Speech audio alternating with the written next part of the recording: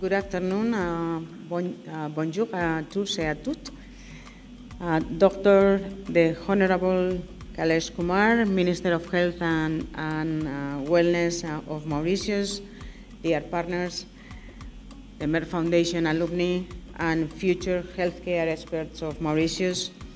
I joined Rasha to thank you for being with us here today.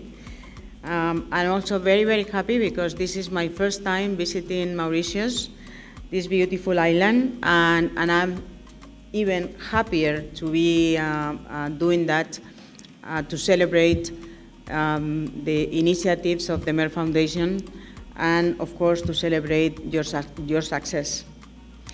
We are also very pleased having met this morning His Excellency the President of Mauritius, and we have been discussing with him the impact that the Merck Foundation programs are making on the public sector, mainly on the public health sector, with a special focus on the new public cancer care hospital and the IVF Centre, which is the first private center that is going to be opened here in Mauritius with the support of the Merck Foundation, and also to discuss the future impact, your future impact on patient care in general. It has been a very interesting discussion, and the Minister had been raising and discussing and sharing with us, the President has been sharing with us the priorities that he has in healthcare, and we have been able to confirm how much commonalities do we have when it comes to the healthcare agenda and the initiatives of the Merck Foundation here in Mauritius.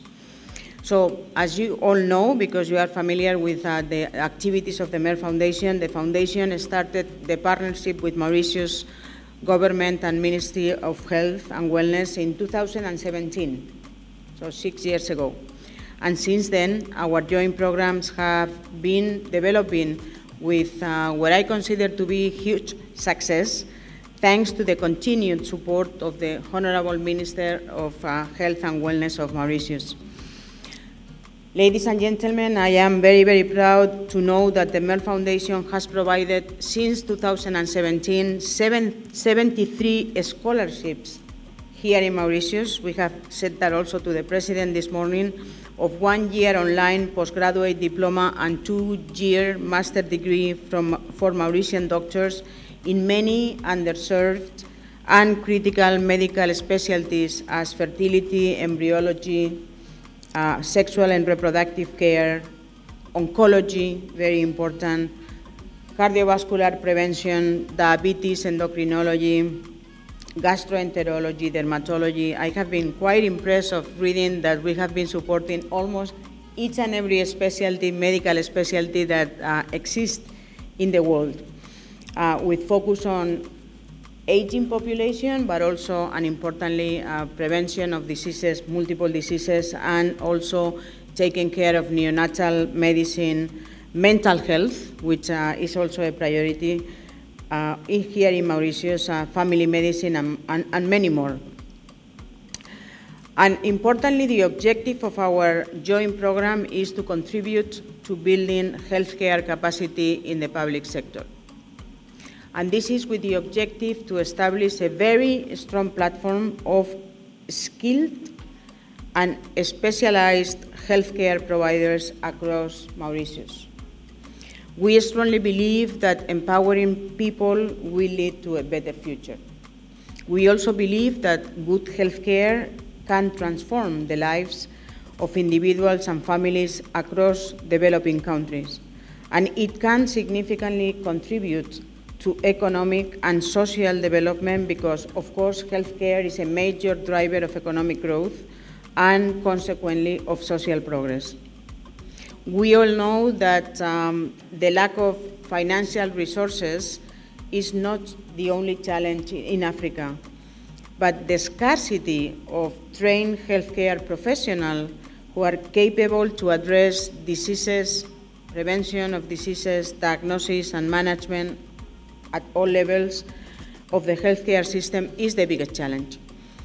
A sweeping shortage of medical and healthcare manpower has been a key limiting factor.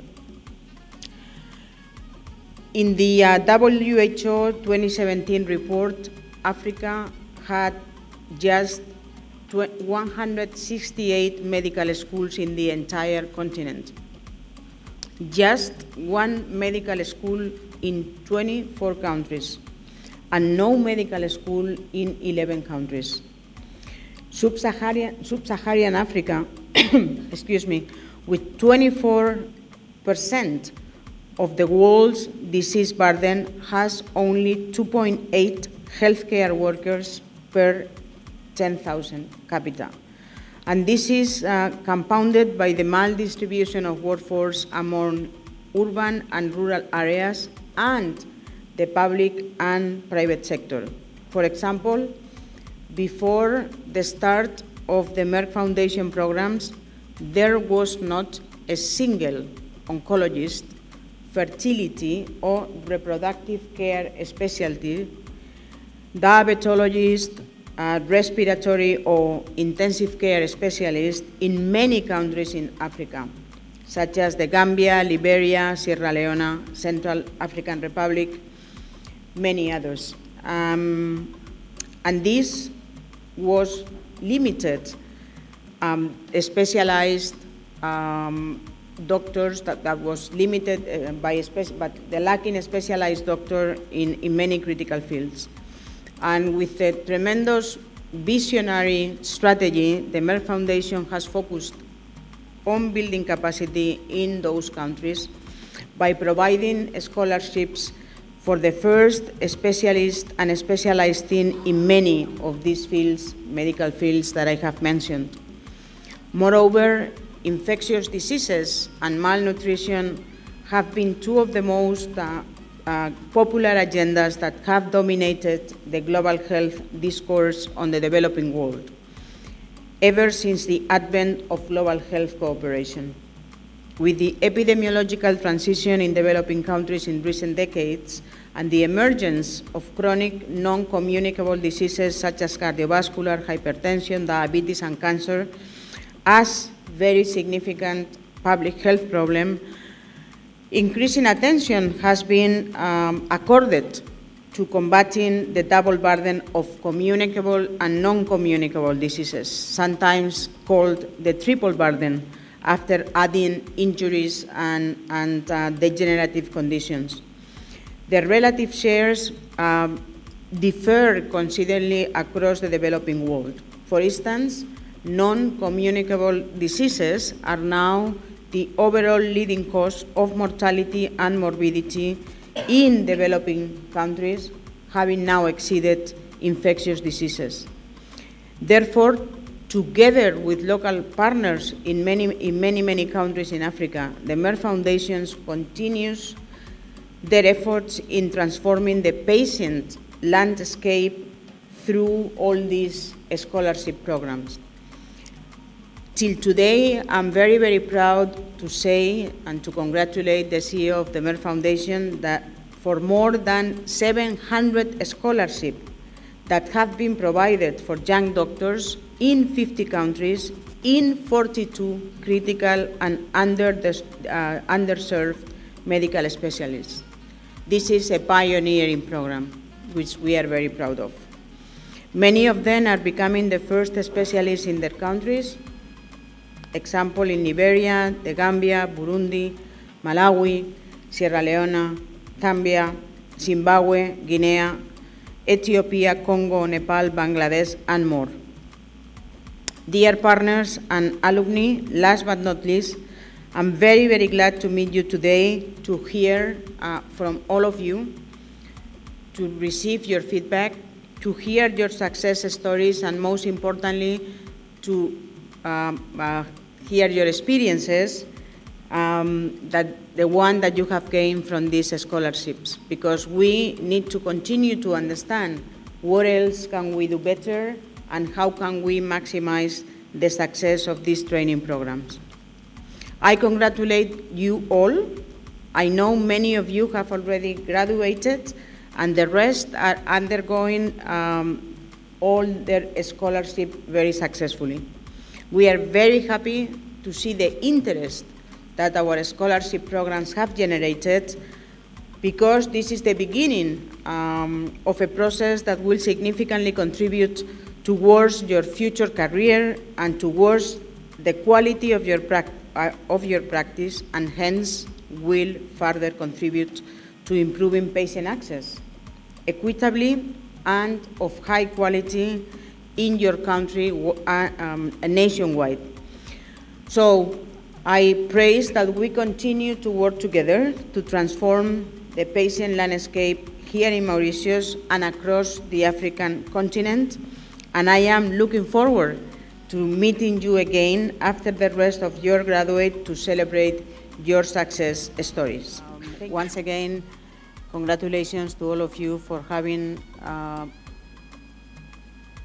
placed your time and efforts into advancing and furthering your careers in any of the specialties that you have practicing already. I want to take this opportunity to also recognize our partnership with the Ministry of Health, and of course I want to say that as a member of the Board of Trustees of the Merck Foundation and as the CEO of the company, a company which is family-owned, which has been in business and exercising these values at all levels, I am extremely proud of what has been done by the Merck Foundation. I was an early sponsor of More Than a Mother, so anytime that the program is mentioned, I really jump full of pride. I know everything that Rasha, with a very small team, has done and the impact that she is creating in the company. I always present the Merck Foundation and Rasha in particular as a leader, as a role model of what we call high impact culture in the company. And once again, being here today and listening to all your testimonial has been extremely inspiring for me, and most importantly, a catalyst and a recognition that we are doing the right thing and that we will continue to invest in all these initiatives that have so much impact in the society and in the different communities in which we operate. Thank you very, very much, and let's enjoy the evening together.